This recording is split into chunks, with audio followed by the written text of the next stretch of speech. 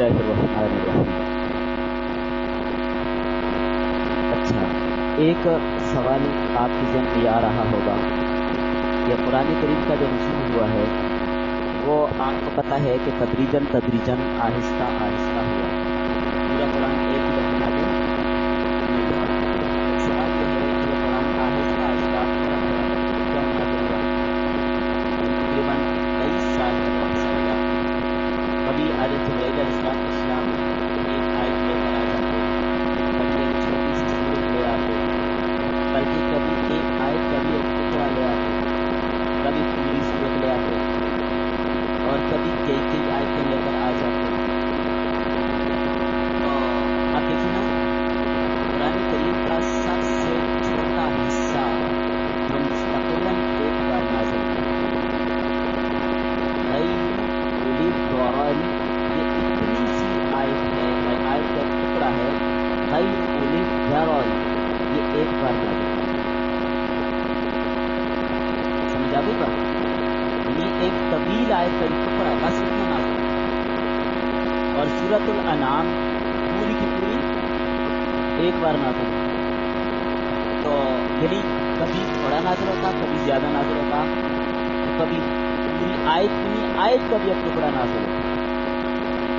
تو اب قرآن کریم کو یک بار کی نازل کیوں نہیں کیا؟ تھوڑا تھوڑا کر کے کیوں نازل کیا؟ اور یاد رکھیے یہ سوال نبی صلی اللہ علیہ وسلم سے بھی مشرکین نے کیا تھا کہ قرآن کریم ایک ہی بار نازل کیوں نہیں تھا؟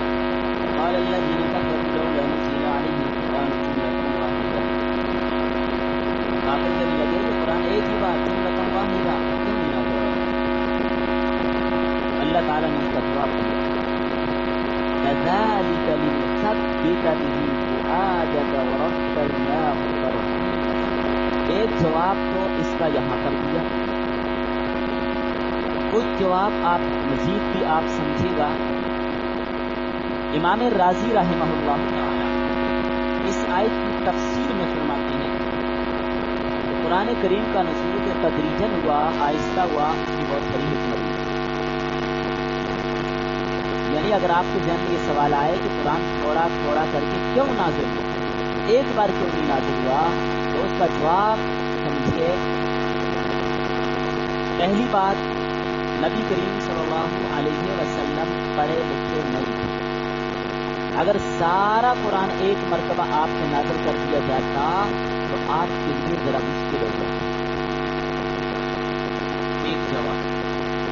نمبر 2، اگر پورا قرآن ایک ہی بار نازل ہو جاتا تو سارے احکامات کی پابندی کرنا کیا ہو جاتی؟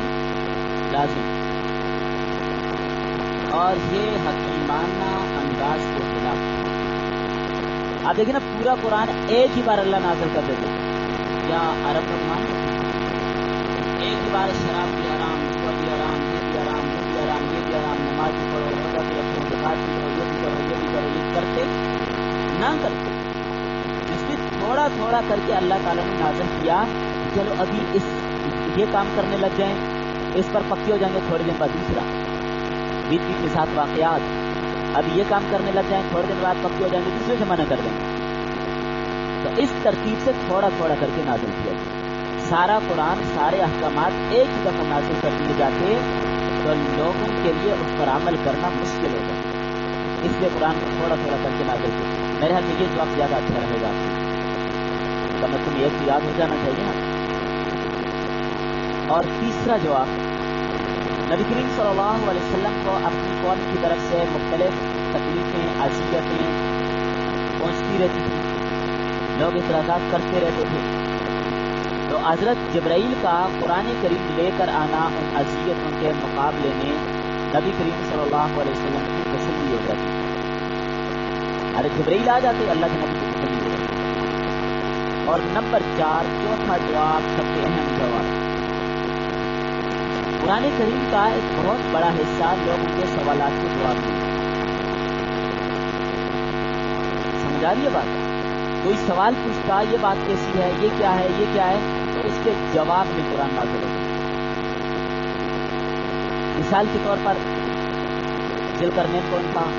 نزول کیا چیز ہے، غار والے جو لوگ نوجوان تھے ان کا کیا واقعہ ہے، قیامت کب آئے گی، سوالات کرتے تھے تو ان کے جواب میں قرآن کریم نازل ہوتا تھا۔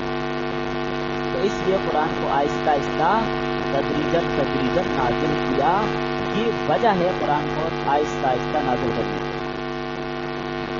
بات سمجھ آ گئی ہے؟ آگے چلیے، اسی کو کہتے ہیں شان نزول، اسی کو کیا کہتے ہیں، شان نزول۔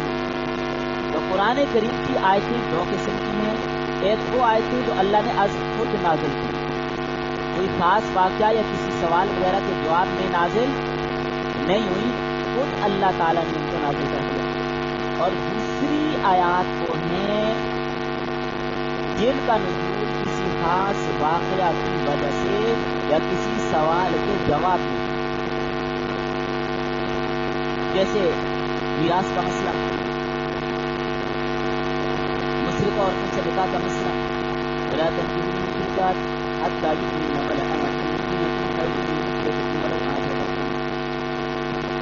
مشرق عورتوں سے نکاح کے بارے میں سوال کیا گیا، منع کر دیا۔ زمانہ جاہلیت میں نبی مرسل یہ عیناق نامی ایک عورت، اس نے یہ اسلام لانے کے بعد چونکہ مدینہ آ گئے اور وہ عورت مکہ میں رہ گئی، تو یہ کسی کام کے لیے مکہ چلے گئے، تو اس نے ان کو کہا کہ آپ میرے ساتھ نکاح کر لیجیے، تو انہوں نے فرمایا نہیں، یہ نہیں ہو سکتا۔ پہلے تو اس نے یہ کہا کہ آپ میرے ساتھ تعلقات قائم کیجیے، ان کا اسلام اس کی اجازت نہیں ہے۔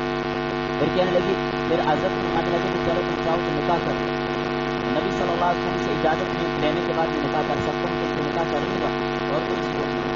مدینہ تشریف لائے، نبی کریم صلی اللہ علیہ وسلم سے نکاح کی اجازت مانگی اور اپنی پسند کا اظہار کیا کہ میں وہاں نکاح کرنا چاہتا ہوں، تو کبھی آج نازل ہو گئی کہ جو دوسرے کا ہے دوسرے کا اور مسلمانوں کا نکاح نہیں، یہ سبب ہے۔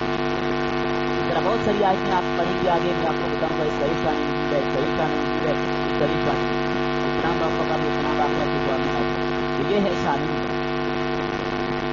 شان نزول کی بہت زیادہ اہمیت ہے تفسیر قرآن۔ اب دیکھیے، بعض اوقات کوئی آیت ایسی ہوتی ہے کہ جو اپنے اس شان نزول کے ساتھ ہی خاص ہوتی ہے، اس لیے جب تک شان نزول کا علم آپ کو نہیں ہوگا اس وقت تک کبھی آپ اس آیت کا مفہوم سمجھ نہیں سکتے، کیونکہ شان نزول کا علم ہونا تفسیر کے لیے انتہائی ضروری ہے۔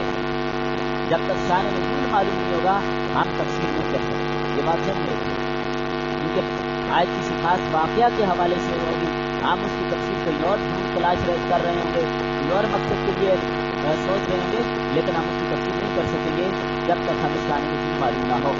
اس لیے آیات کا شان نزول معلوم کرنا بہت زیادہ ضروری ہے، اور اس فن کے اندر، فن تفسیر کے اندر ایک جامع حیثیت رکھتا ہے شان نزول، اس لیے اس کو پہچاننا بہت زیادہ ضروری ہے۔ تھوڑا سا تدبیر قرآن کے حوالے سے میں آپ کو پہچان کروا دیتا ہوں، جمع قرآن کے حوالے سے، حفاظت قرآن کے حوالے سے۔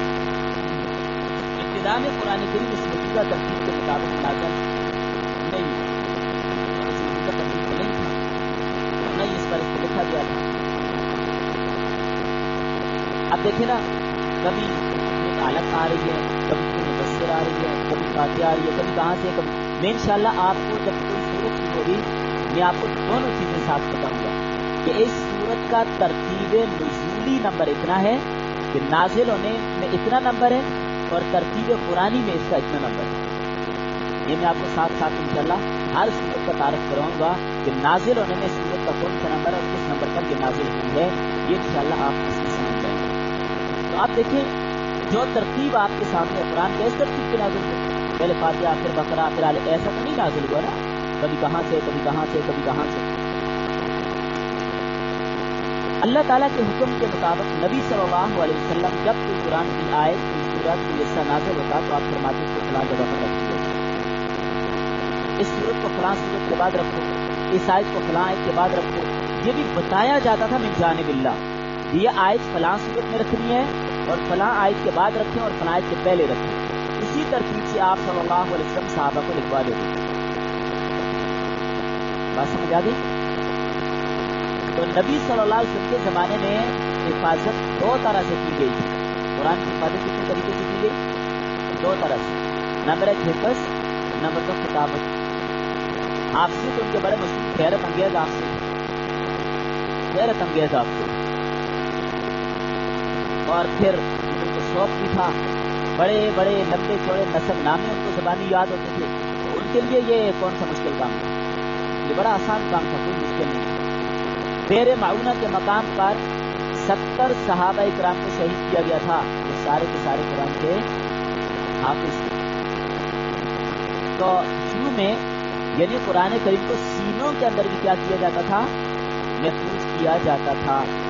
قرآن کریم کو سینوں کے اندر بھی محفوظ کیا جاتا تھا، یہ بھی قرآن کریم کی حفاظت کا ایک طریقہ تھا۔ اور اتنے مضبوط آپ سے آپ اندازہ نہیں لگا سکتے کہ ایسے لوگوں کی مثالیں بھی موجود ہیں کہ 40-50 سال بعد ملاقات ہوئی اور اس کو پہچان رہے ہیں کہ بچپن میں جس دن آپ پیدا ہوئے تھے میں آپ کو دیکھنے آیا تھا تو اس آدمی کی شکل اس بچے کے ساتھ نہیں تھی۔ پہلے دن کا بچہ اور 40-50 سال کے بعد، اتنا مضبوط حافظہ تھا ان لوگوں، ایسے حافظے تھے۔ بڑے بڑے نثر نامے اشعار کی صورت میں، نثر نہیں اشعار میں ان کو زبانی یاد ہوتی، پھر اس طرح سینہ بسینہ قرآن منتقل ہوتا رہا۔ ایک حافظ اور دوسرے کو یاد کروا رہا ہے، جس کو اتنا یاد ہے وہ آگے دوسرے کو پڑھا رہا ہے، تو ایک طریقہ تو قرآن کی حفاظت کا حصہ ہے۔ دوسرا طریقہ ہے کتابت۔ جب وحی نازل ہوتی تو نبی صلی اللہ علیہ وسلم کسی کاتب صحابی کو بلا کر لکھوا دیتے کہ ابھی یہ وحی آئی ہے، یہ آیات لکھ لیجیے۔ آپ صلی اللہ علیہ وسلم بولتے تو صحابی اس کو لکھتے۔ کاتبین وحی کی کل تعداد 40 ہے۔ نبی صلی اللہ علیہ وسلم کے زمانے میں جو صحابہ کرام وحی لکھتے تھے کتنی تعداد ہے؟ 40، جن میں مشہور چند نام اپنے پاس نوٹ کر لیجیے: حضرت ابوبکر صدیق، حضرت عمر، حضرت عثمان، حضرت علی، حضرت ابی بن کعب، زید بن ثابت، ثابت بن قیس، حضرت امیر معاویہ، حضرت عبداللہ بن ابی سر۔ یہ مشہور حضرات ہیں جو وحی آتی تو اس کو لکھ لیتے تھے۔ صرف حافظے پر اعتماد نہیں کیا، حافظے پر اعتماد تھا اور ساتھ لکھا بھی گیا قرآن کریم۔ نبی صلی اللہ علیہ وسلم کی زندگی میں ہی پورا قرآن لکھا ہوا موجود تھا، لیکن مختلف ٹکڑوں کی صورت میں تھا۔ کسی کے پاس کچھ آیات، کسی کے پاس 100 آیتیں، کسی کے پاس 200 آیتیں، تو مختلف تھوڑا تھوڑا کسی نہ کسی کے پاس لکھا ہوتا ہے۔ اور آپ صلی اللہ علیہ وسلم کے زمانے میں قرآن کریم کو کس چیز پہ لکھا جاتا تھا؟ کھجور کی چھال پہ، اور اسی طرح پتھر کی سلوں پہ، جو شانے کی ہڈی ہوتی ہے اس پہ، جانوروں کی شانے کی ہڈی بڑی لمبی چوڑی ہوتی ہے اس پر لکھ لیا جاتا، چمڑے پر لکھا جاتا۔ تو ان چیزوں پر آپ صلی اللہ علیہ وسلم کے زمانے میں قرآن کریم کو لکھا جاتا۔ پھر اس کے بعد حضرت ابوبکر صدیق رضی اللہ عنہ کا زمانہ آیا۔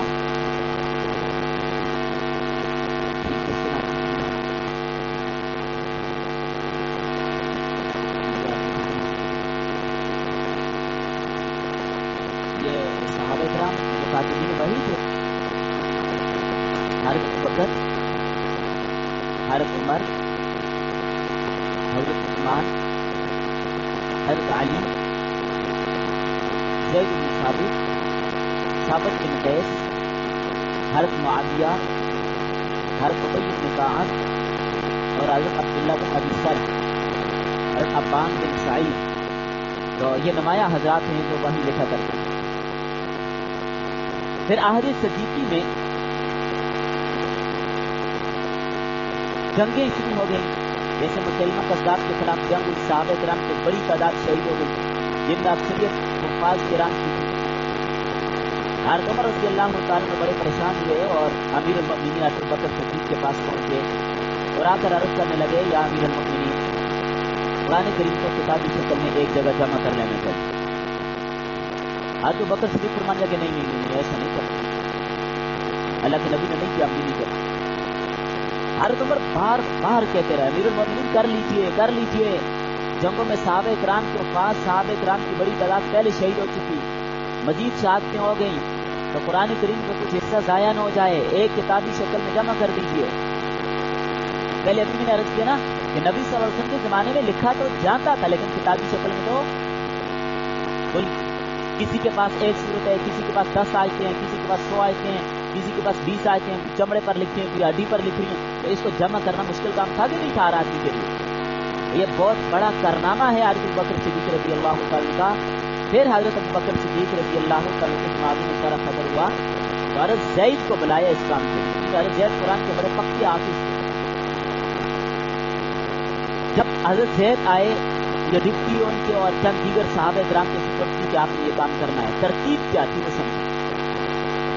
اس وقت تک کسی آیت کو لکھا نہیں جاتا تھا جب تک اس کے متواتر ہونے پر زبانی یا تحریری شہادتیں مسلم نہیں ہو جاتی۔ یعنی یوں سمجھے ایک آدمی ایک ٹکڑا لے کر آتا، کھال پہ لکھا ہوا جی قرآن کی آیت ہے، یہ میں نے اللہ کے نبی سے سنی اور میں نے اللہ کے نبی سے لکھی۔ یہ نہیں کہ اب اس ایک آدمی نے کہہ دیا تو اس کو لکھ دیا، نہ۔ حالانکہ حضرت زید خود بھی حافظ تھے، خود بھی کو یاد تھا کہ ہاں ہاں بالکل یہ آیت ہے، لیکن اس کے باوجود اس پر بڑے صحابہ کرام کی شہادتیں لی جاتی، کیا یہ آیت تم نے سنی ہے، تم نے سنی ہے، تم نے سنی ہے، تمہارے پاس جو لکھی ہوئی ہے۔ جب گواہیاں آ جاتی پھر اس کو لکھا جاتا۔ دیکھیں اہتمام، جب 10 گواہیاں کم از کم مل جاتی تحریری طور پر متواتر درجے کی، متواتر زیادہ کم از کم 10 ہے، حضور صلی اللہ علیہ وسلم کی نگرانی میں یہ آیت لکھی گئی ہے، ٹھیک ہے، پھر اس کو لکھ دیا جاتا۔ تو اس طرح کر کے پورا قرآن ایک جگہ پر لکھ دیا گیا۔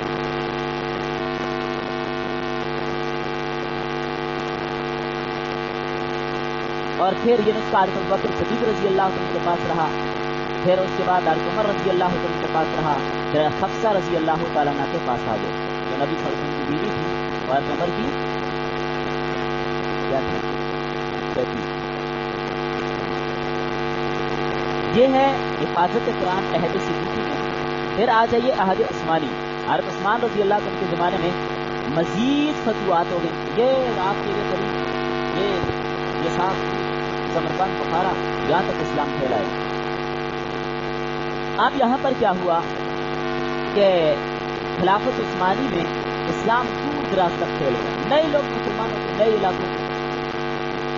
تو صحابہ کرام جب قرآن سیکھتے جو جن جن علاقوں میں تھے، اب قرآن کریم کی 7 قراتیں، مختلف قراتیں، تو جب نئے لوگ مسلمان ہوتے تو دوسرا اپنی قرات میں پڑھتا یا اپنی قرات میں پڑھتے تو وہ ایک دوسرے کو غلط کہتے، تم نے غلط پڑھا مطلب تم نے غلط پڑھا۔ تو اس طرح اختلاف کا خوف تھا۔ پھر اس کے بعد صحابہ کرام نے حضرت عثمان رضی اللہ عنہ کے بات کو مطلع کیا کہ یہ ہمارے ہاں یہ بہت بڑا اختلاف پیدا ہو رہا ہے۔ اب دیکھیں نا قرآن کریم میں 7 قراتیں، اصل میں یہ سہولت اور آسانی کے لیے ہے تو عرب۔ اب دیکھیں نا دوسرا والا کے اندر پنجابی بولی جاتی ہے، بولی جاتی ہے، لیکن ہمارے میں کیا بولا جاتا ہے؟ سیال کوٹ، فیصلہ آباد میں تھوڑا بہت فرق ہوتا ہے کہ نہیں؟ حالانکہ بات وہی ہوتی ہے لیکن تھوڑا بہت اس میں، یعنی کہیں زبر کو زیر پڑھتے ہیں، کہیں زیر کو زبر پڑھتے ہیں، دونوں میں جیسے وَالضُّحَىٰ وَاللَّيْلِ إِذَا سَجَىٰ، تو بعضوں کا لہجہ لغت تھی وَالضُّحَىٰ وَاللَّيْلِ إِذَا سَجَىٰ، ولی کو یا کی صورت میں پڑھتے تھے، وَالشَّمْسِ وَضُحَيْهَا یوں پڑھتے تھے، وَالْقَمَرِ إِذَا تَلَاهَا ہم نے تلاها، تو اس طرح بھی پڑھنا جائز، اس طرح بھی پڑھنا جائز۔ تو یہ مختلف لہجے تھے جن کی اجازت دی گئی تھی۔ تو آپ حضرت عثمان غنی رضی اللہ تعالیٰ عنہ نے حضرت بکر صدیق والے صحیح کے سامنے رکھا جو عہد صدیقی میں لکھا گیا تھا۔ اس میں ایک تو یہ کہ حضرت صدیق اکبر رضی اللہ عنہ کے زمانے میں جو سارا جمع کیا گیا تھا اس میں ہر صورت الگ الگ تھی، یہ ایک صورت کا سیٹ، دوسری صورت، تیسری صورت، جیسے آپ 30 باروں کا سیٹ کرتے ہیں۔ پھر حضرت عثمان نے سب کو ایک جگہ جمع کر دیا اور اس کو لغت قریش کے مطابق لکھا، لغت قریش کے مطابق لکھا۔ اس لیے آج بھی جو قرآن کریم کا رسم الخط ہے آپ اس کو اسی عثمانی رسم الخط میں لکھیں۔ آپ جب قرآن کی آیت لکھیں نا دوسری رسم الخط میں نہ لکھیں، اب اس عثمانی رسم الخط میں لکھیں گے تو جو جس قرات کے ساتھ پڑھنے والا ہے اسی قرات میں اس کو پڑھ سکتے ہیں۔ اس خط کے اندر یہ ایک عجیب بات ہے، جو وضحا پڑھنا چاہے یا وضحے پڑھنا چاہے وہ پڑھ سکتے، دونوں پڑھ سکتے۔ بس سمجھ آ گئی؟ پھر آیات کی مقدار کے اعتبار سے سورتوں کے 4 حصے۔ نمبر 1 طوال طوا کے ساتھ لکھیں گی، یہ لمبی صورتیں جو بقرہ سے لے کر سورۃ توبہ تک 7 صورتیں ہیں۔ نمبر 2 میعاد کا مطلب ہوتا ہے 200، یہ سورہ انفال سے لے کر سورہ غافر تک، جو 200 والی تقریباً اس کے آگے پیچھے والی صورتیں ہیں، جو جتنی آیات 13 صورتیں ہیں۔ پھر اس کے بعد مثانی ہے، سورہ رعد سے لے کر سورہ فتح تک تقریباً 28 صورتیں ہیں، ان کو مثانی کہتے ہیں۔ پھر مفصلات ہیں، سورہ قاف سے لے کر سورہ الناس تک ان کو مفصلات کہتے ہیں۔ اچھا، قرآن کریم کے اندر ایک چیز آپ نے دیکھی کہ منزلیں، منزل نیچے لکھا تھا نا منزل، تو منزل کیا چیز ہے؟ صحابہ کرام اور تابعین کا معمول تھا کہ ہفتے میں ایک قرآن مکمل کرتے تھے۔ قرآن کی کتنی منزلیں؟ 7۔ تو یہ 7 منزلیں 7 حصوں میں پورے قرآن کو تقسیم کر دیا ہے۔ اگر آپ ایک ہفتے میں قرآن پڑھنا چاہیں تو روزانہ ایک منزل پڑھیں تو 7 دن میں قرآن مکمل کر دیں۔ اور ایک ہوتا ہے رکوع، چھوٹے چھوٹے حصوں میں اس کو تقسیم کیا تاکہ نماز میں پڑھنے کے لیے آسان ہو جائے۔ حضرت ابی بن کعب رضی اللہ عنہ جب تراویح پڑھاتے تھے تو اتنی آیات پڑھنے کے بعد رکوع کر لیتے تھے، اس لیے ان جگہوں پر رکوع کا نشان لگا دیا۔ باقی پارے یہ بھی پڑھنے میں آسانی کے لیے پاروں کے اندر اس کو تقسیم کر دیا گیا۔ اس حوالے سے مزید بات انشاءاللہ میں پھر عرض کروں گا۔ ابھی تفسیر کے حوالے سے چونکہ بات ہو رہی ہے، آپ اس کو سمجھنے کی کوشش کیجیے۔ باقی قرآن مجید پریس میں تو پہلے تو قلمی نسخے ہوتے تھے نا، ہاتھ سے لکھتے تھے۔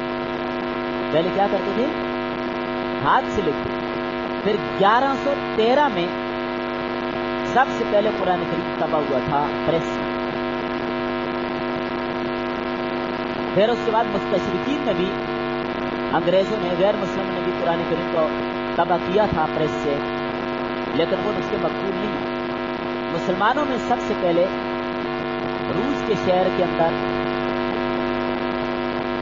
1887 عیسوی میں سب سے پہلے قرآن کریم پریس میں طبع کیا گیا، ورنہ اس سے پہلے سارے قلمی نسخے ہاتھ کے ساتھ لکھے جاتے، لوگ اپنے لیے خود قرآن لکھا کرتے۔ بچیاں جوان ہونے سے پہلے ہی قرآن لکھنا اپنی شروع کر دیتی تھی، شادی ہو کر جائے گی تو ہم اپنے ساتھ اپنے ہاتھ کا لکھا ہوا قرآن لے کے جائیں گے۔ کتنی محنت ہوتی تھی، اور خطاط کی کتابت سیکھتی تھی، یہ نہیں کہ ویسے ہی لکھنا نا۔ آج بھی آپ کبھی آپ کو لاہور میوزیم جانے کے اتفاق ہو، وہاں پر آپ ہاتھ سے لکھے ہوئے قرآن کے نسخے دیکھیں، ہاتھ سے لکھے۔ کتنی قربانیاں تھی لوگوں کی قرآن کے لیے۔ آپ لوگ بھی کتنی خوش قسمت ہیں کہ آپ کو اللہ نے قرآن کے لیے چن لیا۔ اس سے بڑی اور کوئی خوش قسمتی نہیں ہے، یاد رکھیے۔ اللہ نے آپ کا انتخاب کیا، آپ پر اس کی نظر رحمت ہوئی، آپ کو محبت کے ساتھ دیکھا تو آپ کو اللہ نے چنا اور قرآن کریم کو اپنی خلیجہ بنا دیا۔ اب آ جائیے قرآن کریم کی تفسیر میں۔ تو تفسیر کا لغوی معنی کیا ہے، اصطلاحی معنی کیا ہے، تفسیر کس کو کہتے ہیں، یہ آپ نے کل کے سبق میں پڑھ لیا۔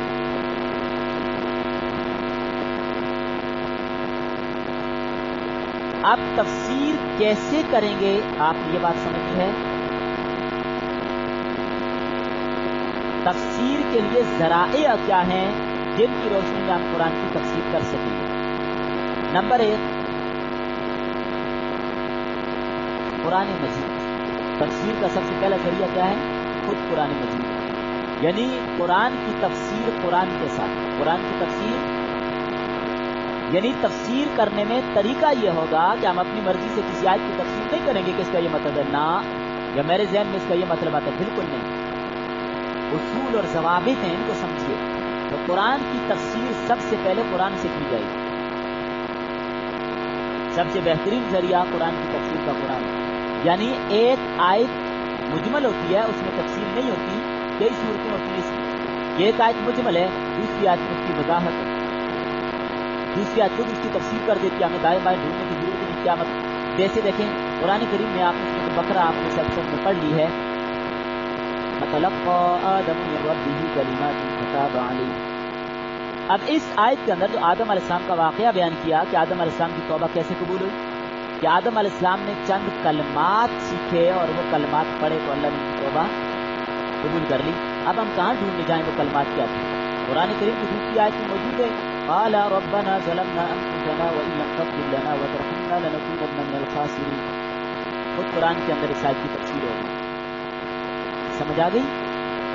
اور اسی طرح سورۃ الفاتحہ میں آپ پڑھتی ہیں صراط الذین انعمت علیہم، کہ اللہ نے ان لوگوں کے راستے پر چلا جن پر تم نے انعام کیا۔ اب ہم پتہ نہیں ڈھونڈے، اللہ جانے وہ کون لوگ ہیں جن کے بارے میں ہم کہتے ہیں اللہ جن پر انعام کیا ان کے راستے پہ چلا۔ تو قرآن خود اس کی تفسیر دوسرے مقام پر سورۃ النساء میں کر رہا ہے، الذین انعم اللہ علیہم من النبیین والصدیقین والشہداء والصالحین۔ یہ کون لوگ ہیں؟ انبیاء، صدیقین، شہداء، صالحین۔ تو ہم سورۃ الفاتحہ میں جب یہ دعا کر رہے ہوتے ہیں اہدنا الصراط المستقیم صراط الذین انعمت علیہم، اللہ نے ان لوگوں کے راستے پر چلا جن پر تم نے انعام کیا، وہ کون لوگ ہیں؟ قرآن نے خود دوسری آیت میں بتا دیا، وہ نبی، صدیق، شہداء اور صالحین۔ یہ قرآن کی تفسیر خود کہاں سے ہو رہی ہے؟ قرآن سے۔ یا قرآن کریم میں آپ نے یہ آیت پڑھی ہوگی وَلْيَطَّوَّفُوا بِالْبَيْتِ الْعَتِيقِ، پرانے گھر کا طواف کرو۔ پرانے گھر کا، بھائی پرانے گھر سے کیا مراد ہے؟ کہاں ڈھونڈے ہم؟ قرآن نے خود اس کی تفسیر کی، ان اول بیت وضع للناس للذی ببکۃ مبارکہ، سب سے پہلا جو گھر بنایا گیا روئے زمین پر پرانا گھر وہ کون سا ہے؟ مکہ مکرمہ میں، کیا؟ بیت اللہ۔ پرانے گھر سے مراد کیا ہوگی؟ بیت اللہ، اس کا طواف کرو۔ ایک اور کبھی ایک آیت میں حکم عام ہوتا ہے، دوسری میں خاص ہوتا ہے۔ جیسے آپ دیکھیں نا، قرآن نے کہا فَانْكِحُوا مَا طَابَ لَكُم مِّنَ النِّسَاءِ مَثْنَىٰ وَثُلَاثَ وَرُبَاعَ، نکاح کرو تم 2 عورتوں سے، 3 سے، 4 سے، اگر ان سے نہ کر سکو اور اگر آپ کو ڈر ہو کہ ہم انصاف نہیں کر سکیں گے تو پھر کیا کریں گے؟ ایک پر اکتفا کریں۔ اب قرآن کی اس آیت میں تفصیل نہیں، عام حکم۔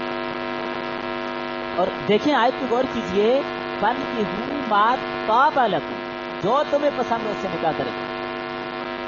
کیا غیر مسلموں سے نکاح کر لیں گے اگر پسند آ جائیں تو؟ تو قرآن کی آیت تو کہتی جو پسند آ جائے نکاح کر لو۔ تو بھائی دوسری آیت کے اندر اس کی وضاحت موجود ہے، حرمت علیکم امہاتکم و بناتکم، کہ ماں کے ساتھ بھی نکاح نہیں ہوتا، بیٹی کے ساتھ بھی نکاح، بہن کے ساتھ بھی نکاح نہیں ہوتا، اور جو محرم رشتہ دار ہیں 9 اسباب ہیں، سورۃ النساء میں آپ کو 9 اسباب میں نے پڑھا دیے، ان میں جو نسبی رشتے ہیں، ماں ہے، بہن ہے، بیٹی ہے، نانی ہے، دادی ہے، اپنی بھتیجی ہے، بھانجی ہے، پوتی ہے، نواسی ہے، اصول کی ان سے نکاح نہیں ہوتا۔ پھر رضائی رشتے ہیں، دودھ پینے کے رشتے، ان سے بھی نکاح نہیں ہوتا۔ پھر مسائرت والے رشتے ہیں، جیسے بیوی کی ماں ہے، بیوی کی بیٹی ہے، ان سے نکاح نہیں، جیسے بیوی کی بیٹی کسی اگلے خامن سے ہو، ان سے نکاح نہیں ہو سکتا۔ بیوی کی والدہ سے نکاح نہیں ہو سکتا جو ساس ہوتی ہے، کبھی بھی، یہ نہیں کہ بیوی کو طلاق دیتی ہے چودہ تک، نہ، اب کبھی بھی اس کے ساتھ نکاح نہیں ہوتا۔ یہ مساہرت والے رشتے ہیں۔ پھر اسی طرح مشرکہ عورتوں سے نکاح نہیں ہوتا جو غیر مسلم ہے، ولا تنکحوا المشرکات حتی یؤمنن، مشرکہ عورتوں سے نکاح نہیں ہوتا جب تک کہ وہ مسلمان نہ ہو جائیں۔ اسی طرح کوئی عورت کسی اور کے نکاح میں ہے تو اس کے ساتھ بھی نکاح نہیں ہوتا۔ کوئی عورت عدت طلاق میں ہے، جب تک عدت پوری نہ ہو جائے نکاح نہیں ہوتا۔ تو یہ 9 اسباب ہیں کل، آپ کو تم نے 3 اسباب بتائے، باقی سورۃ النساء میں آپ نے تفصیلاً اپنے پاس لکھے ہوئے۔ تو آپ دیکھیں اس آیت میں پہلی آیت کی تفسیر کر دی کہ کن عورتوں سے نکاح ہوتا۔ تو قرآن کریم کی تفسیر کا پہلا نمبر کیا ہے؟ شاباش، تفسیر القرآن بالقرآن، قرآن کی تفسیر قرآن سے کریں گے۔ اب اگلا مرحلہ آئے گا، قرآن کی کسی آیت کی تفسیر قرآن سے نہیں ہو رہی، اب ہم لیں گے حدیث کو۔ نمبر 2 حدیث۔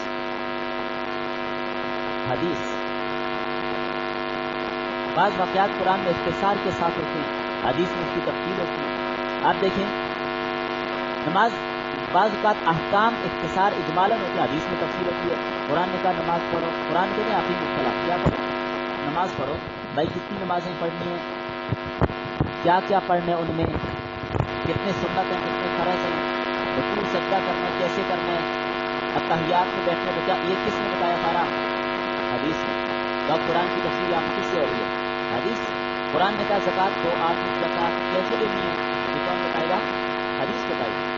تفسیر اپنی مرضی سے آپ کو کریں گے، تو جتنا چاہے دے نہ، حدیث نے بتایا 40 میں 100 زکوٰۃ ہے، 100 میں 2.5 روپے، سونے پر کتنی چاندی پر کتنی اور مٹی پر کتنی اور یہ حدیث میں بتایا. اسی طرح قرآن نے حج کا حکم دیا, بیت اللہ کا حج کرو, کیسے کریں گے, کب عرفات جائیں گے, کب مینا جائیں گے, کب مزدلفہ جائیں گے, طواف کی زیارت کب کریں گے, طواف الوداع کب کریں گے, احرام کیسے پہنیں گے, سعی کیسے کریں گے, کب کریں گے, اور رمی جمرات وہ شیاطین کو پتھر مارے جاتے کیسے ماریں گے, کب حلق کریں گے, کب قصر کریں گے, کب قربانی کریں گے, کس پر قربانی ہے, کس کو نہیں ہے, آج کی کتنی قسمیں ہیں, یہ کس نے بتایا, حدیث نے بتایا. یہاں پر قرآن کی تفسیر کس سے ہو رہی ہے, شاباش, حدیث سے ہو رہی ہے. اور پھر قرآن کریم میں بعض واقعات اتصال کے ساتھ ہوتے ہیں, جیسے آپ صورت البروج میں کرتے وقت سماعی ذات البروج والیوم الموعود والشاہد والمشهود قتل اصحاب الأخدود. بس اصحاب الأخدود اتنی باتیں, باقی ان کا واقعہ کیا ہے ہمیں نہیں پتا, یہ حدیث میں بتایا. اور خضر علیہ السلام اور موسیٰ علیہ السلام کا پورا واقعہ تھوڑا سا تذکرہ قرآن میں ہے, لیکن پورا واقعہ میں حدیث میں بتایا. معراج کا ذکر ہے, سبحان اللہ سے اسرا بعبده لیلا من المسجد الحرام الى المسجد الاقصى, لیکن پورا واقعہ کس نے بتایا, حدیث میں بتایا. اور پھر اس طرح وساری بطفق ویدیہما, چوری کرنے والے مرد اور عورت کا ہاتھ کاٹا جائے گا, کیسے کاٹیں گے, کہاں سے کاٹیں گے, کتنی مقدار میں صرف انگلی کاٹیں گے, کلائی سے کاٹیں گے, آدھے بازو سے کاٹیں گے, کندھے کے پاس سے کاٹیں گے, کہاں سے کاٹیں گے, یہ بتایا کس نے, حدیث نے بتایا. اور پھر قرآن کریم میں ان قرآن الفجر کان مشہودا, فجر کا وقت حاضری کا وقت ہوتا ہے, فجر کے وقت قرآن پڑھا کر اس کو حاضری, فرشتے حاضری کا وقت, فرشتوں کی حاضری پر فرشتے حاضری کا حدیث نے بتایا. اور قرآن کریم میں آپ کرتے ہیں عصا ان یبعث ربک مقاما محمودا, اللہ اپنے نبی کو فرماتے ہیں کہ ہم آپ کو مقام محمود پر کھڑا کریں گے. بھائی مقام محمود کیا ہے, ہمیں کوئی پتہ نہیں, کس نے بتایا, حدیث نے بتایا. جو اس سے مراد شفاعت ہو, نبی صلی اللہ علیہ وسلم کو شفاعت کی اجازت دی جائے گی اور آپ کا اس میں شفاعت کریں گے. اس طرح بہت ساری اور چیزیں قرآن کریم میں نہیں ہے, وہ حدیث بتا رہی ہے. قیامت کے دن جیسے رسول اور رسول علیہ کی شہیدہ, نبی صلی اللہ علیہ وسلم کا فرمایا کہ آپ سارے انبیاء پر, سارے پہلی امتوں پر یہ امت گواہ ہوگی, اور پھر نبی صلی اللہ علیہ وسلم کی امت پر گواہ بنیں گے. یہ کیا ہے, یہ ساری بات تفصیل اس کی حدیث میں بتائی. تو قیامت کے دن اللہ تعالیٰ جیسے مثال کے طور پر نوح علیہ السلام کے زمانے کے لوگوں سے پوچھیں گے, کیا تمہارے پاس انبیاء نہیں آئی تھی, نہیں, ہمارے پاس کوئی نبی نہیں آیا. حالانکہ نوح علیہ السلام نے سارے 900 سال تبلیغ کی ہے, لیکن وہ لوگ کیا کریں گے, انکار کر دیں گے, ہمیں تو ڈرانے والا, سمجھانے والا, بتانے والا آیا ہی کوئی نہیں ہے. ارے نوح علیہ السلام سے پوچھا جائے گا, ارے نوح علیہ السلام فرمائیں گے میری دعا امت محمدیہ, امت محمدیہ اپنی فضیلت سنیں, آپ امت محمدیہ کا سنیں کہ آپ لوگ قیامت میں دعائی گئیں. ارے نوح علیہ السلام کہیں گے یہ خواتین قرآن پڑھا کرتی تھی, یہ میری گواہی دیں گے, ان سے پوچھو. تو امت محمدیہ گواہی دے گی, یا اللہ یہ قوم جھوٹ بولتی ہے. ارے نوح علیہ السلام ان کے پاس آئے تھے اور آ کر ان کو سمجھایا تھا, تبلیغ کی تھی, توحید کی دعوت دی تھی, ڈرایا تھا, یہ نہیں مانے تھے, پھر تیرا عذاب آیا. وہ نوح علیہ السلام کے زمانے کے لوگ کہیں گے یا اللہ یہ بڑی عجیب بات ہے, سینکڑوں سال بعد میں یہ لوگ ہم سے بعد میں آئے, ان کو پتہ نام و نشان ہمارا نہیں, نام ان کو جانتے نہیں, ہمیں جانتے, انہیں کیا پتہ یہ کیسے گواہی دیتے ہیں. اللہ پوچھیں گے امت محمدیہ سے, آپ بتاؤ بھائی کیا جواب ہے. آپ لوگ کہیں گے یا اللہ تیرا نبی بھی سچا, تیرا قرآن بھی سچا, تیرے قرآن کو میرا میں یہ بات پڑھی تھی کہ نوح علیہ السلام نے پیپل کو دعوت کی تھی, وہ نہیں مانے تھے, عذاب آ گیا. پھر نبی کریم صلی اللہ علیہ وسلم ہمارے اوپر گواہی دیں گے, ہمارے نبی صلی اللہ علیہ وسلم فرمائیں گے یا اللہ میری امت سچ کہتی ہے, یہ فیصلہ ہو جائے گا.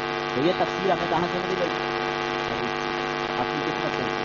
تیسرے نمبر پر ہم تفسیر کریں گے کہاں سے, آثار صحابہ. دیکھیں قرآن کی تفسیر کسی آیت کی قرآن سے بھی نہیں ہو رہی, حدیث سے بھی نہیں ہو رہی. اب کہاں جائیں گے, صحابہ نے اس سے کیا مراد لیا. پہلے قرآن کے پار سے صحابہ کیونکہ اللہ کے نبی کے شاگرد ہیں, براہ راست انہوں نے قرآن کس سے سیکھا, حضور سے سیکھا.